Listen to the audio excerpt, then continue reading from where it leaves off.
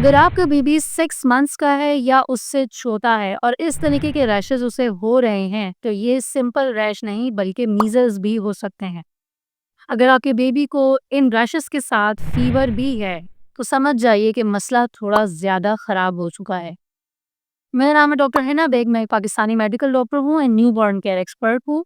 इसी तरीके की मज़ीद कॉमन डिजीज़ से रिलेटेड इन्फॉर्मेशन चाहते हैं तो मैंने बराबर में प्लेलिस्ट आपको मेंशन की है, आप लाज़मी जाके चेक कर सकते हैं। अब आ जाते हैं अपने मेन टॉपिक की तरफ। मीजल्स क्या है? मीजल्स बेसिकली एक हाईली कंटेजियस वायरल इन्फेक्शन है जो कि बेबीज के लंग्स और इम्यूनिटी को सबसे ज़्यादा मुतासर करता है। बहुत ही तेज़ी से फैलने वाला ये डिजीज़ बेबीज को बहुत ज़्यादा वीक कर देता है। साथ ही साथ इसमें बेबीज को बहुत तेज़ बुखार भी हो सकता है, लाइक 103 से लेके 105 फ़ारेनहाइट। सबसे ज़्यादा ये बेबीज़ के नाक और मुंह के ड्रॉपलेट्स से फैलता है। 90% लोग अफेक्ट होते ही इस तरीके से हैं।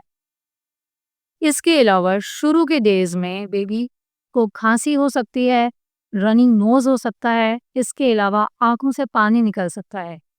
इन्हें मेडिकल टर्म में 3 सीज़ से इंडिकेट करते हैं, जिसका मतलब होता है कफ, कोराइज़ा एंड कंजक्टिवाइटिस। कफ इज़ खांसी, कोराइज़ा का मतलब होता है रनी नोज़ एंड कंजक्टिवाइटिस का मतलब होता है आंखों के वाइट वाले पोर्शन में इन्फेक्शन हो जाना। शुरू के 2 से 3 दिन के अंदर अंदर बेबीज के मुंह में, उनकी बकल कैविटी के अंदर आपको कोफ्लिक स्पॉट्स मिलेंगे जो कि वाइट कलर के स्पॉट्स होते हैं, यूजुअली नजर नहीं आते। 3 से 5 डेज के अंदर अंदर बेबीज को रैशेस डेवलप होना शुरू हो जाते हैं जो कि सबसे पहले उसके फोरहेड पे स्टार्ट होंगे। साथ ही साथ फिर थोड़ी डेज में पूरे फेस पे फैलेगा, चेस्ट, एब्डोमेन और लास्ट में आर्म्स और उसके लेग्स में फैलना शुरू हो जाएगा। अलर्ट साइंस क्या हैं पेरेंट्स के लिए? अगर आपके बेबी को बहुत तेज बुखार है 103 से लेके 105 तक, इसके अलावा उसके सीने में से आवाज आ रही है या वो बहुत तेज तेज सांस ले रहा है। नॉर्मली बच्चे 30 से लेके 60 ब्रेथ्स लेते हैं 1 मिनट के अंदर अंदर। अगर इससे ज्यादा ले रहा है या सीने में से खरखराहट हो रही है तो हो सकता है कि नमूनिया हो। हर 20 में से एक बच्चा जिसको भी मीजल्स होते हैं, नमूनिया का खतरा होता है और नमूनिया की वजह से वो एडमिट भी होते हैं। इसके अलावा अगर बेबी को खांसी, नज़ला और बुखार, ये तीनों चीज़ें हैं तो आपको अलर्ट हो जाना चाहिए। बेबी को अगर पानी की कमी है, डिहाइड्रेशन है या डायरिया हो रहा है, तो इसकी निशानी है बेबीज़ के एंटीरियर फ्रंटनल संकीर्ण हो जाते हैं, यानी कि नीचे की तरफ दब जाते हैं ओवरऑल सर के कंपैरिजन में। ये भी निशानी होती है डायरिया या डिहाइड्रेशन। इसके अलावा अगर यही पोर्शन ऊपर की तरफ उभरा हुआ है तो ये इन्फेक्शन की निशानी भी हो सकती है। इस बात का खतरा भी हो सकता है कि बेबी को मिर्गी के दौरे आगे पड़ सकते हैं। तो ये वो सारे अलर्ट साइंस हैं जिनकी वजह से फौरन पेरेंट्स को हॉस्पिटल लेके चले जाना चाहिए। फर्स्ट एड पेरेंट्स क्या कर सकते हैं? देखिए, अगर आपके बेबी को मीजल्स हो चुका है तो आपने सबसे पहले तो बेबी को आइसोलेट कर दें, अलग कमरे में कर दीजिए और लोगों को उसके साथ नहीं मिलाना। इसके अलावा सुलाना भी उससे सेपरेट ही है। क्यों?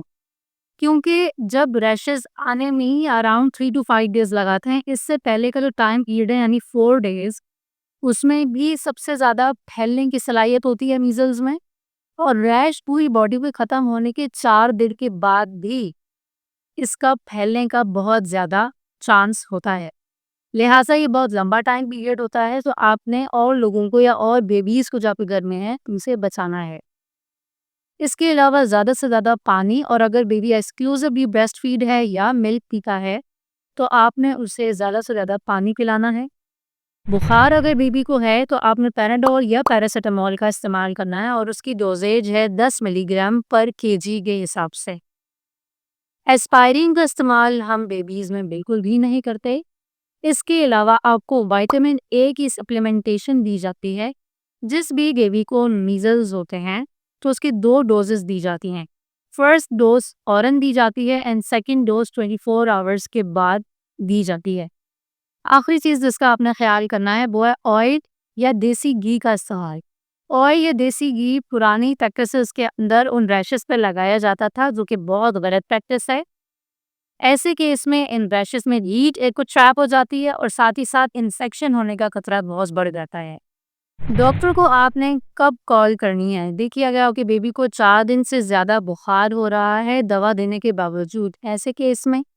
इसके अलावा अगर उसे मिर्गी का दौरा पड़ा है, बॉडी स्टिफ हुई है या बेबी बहुत तेज़ी से सांस ले रहा है, यानी कि उसको रिस्पायरेटरी डिस्ट्रेस की तरफ वो जाने लगा है, ये तमाम वो चीज़ें हैं जिसमें आपको फ़ौरन इंटरवेंशन करवानी होती है। इंटरवेंशन से मुराद ये है कि आपने फ़ौरन हॉस्पिटल लेके जाना है। वहाँ बेबी को अगर रिस्पिरेटरी डिस्ट्रेस है तो ऑक्सीजन दिया जाएगा। अगर कोई इन्फेक्शन है, मिर्गी का दौरा हुआ है, तो उससे रिलेटेड इन्फेक्शन को ख़त्म किया जाएगा एंटीबायोटिक्स लगा के। अगर डिहाइड्रेशन है तो ऐसे केस में उसे ड्रिप्स लगाई जाएंगी ताकि उसकी कंडीशन को स्टेबलाइज़ किया जा सके। मीज़ल्स को हम प्रिवेंट कैसे कर सकते हैं? पाकिस्तान में ईपीआई प्रोग्राम के थ्रू मीज़ल्स की 2 वैक्सीनेशन लगाई जाती हैं। एक 9th मंथ में और दूसरी लगती है 15th मंथ में। एमएमआर या एमआर वैक्सीन बेबीज़ को लगाई जाती है, लाज़मी आपने ये लगवाना है। 9 मंथ से पहले बेबीज़ के पास मदर की तरफ से कुछ ऐसी एंटीबॉडीज़ मौजूद होती हैं जो उसे मीज़ल्स से प्रिवेंट कर सकती हैं, लेकिन फिर भी अगर आउटब्रेक हुआ है मीज़ल्स का और तो आपने बेबी प्रिवेंट करना है, मास्क लगा के रखना है कि उसे कभी मीज़ल्स ना हो जाए। इसके अलावा विटामिन ए की सप्लीमेंट्स आप बेबी को लाज़मी दिया करें। जिस तरीके से लोग विटामिन डी के सप्लीमेंट देते हैं डेली 1 ड्रॉप 1 ईयर से छोटे बेबीज़ को, इसी तरीके से विटामिन ए की भी सप्लीमेंटेशन आती है। तो आपने इस चीज़ का भी ख़्याल करना है। इसके अलावा अगर आप ये जानना चाहते हैं कि मेरे बेबी माइलस्टोन्स ठीक से अचीव कर रहा है अकॉर्डिंग टू हर और हिज़ एज, तो मैंने 4 वीडियोज़ कंडक्ट की हैं 0 से लेके 12 मंथ्स तक की एज के लिए। तो आप उसे ज़रूर चेक कीजिए। अगर आप परेशान हैं कि बार-बार बेबी क्यों मुझे काम नहीं करने देता, बार-बार मामा-मामा क्यों कर रहा होता है, तो बेसिकली ये सेपरेशन एंग्ज़ायटी का फिनोमेना है, जो कि मैंने माइलस्टोन्स में एक्सप्लेन किया हुआ है। इसके अलावा अगर आप अपने बेबी से specific one on one consultation चाहते हैं, तो मैं व्हाट्सएप के थ्रू ऑनलाइन कंसल्टेशन करती हूँ। मेरा नाम है डॉक्टर हिना बेग। इंशाल्लाह मैं मिलती हूँ अपनी नेक्स्ट वीडियो में। शुक्रिया।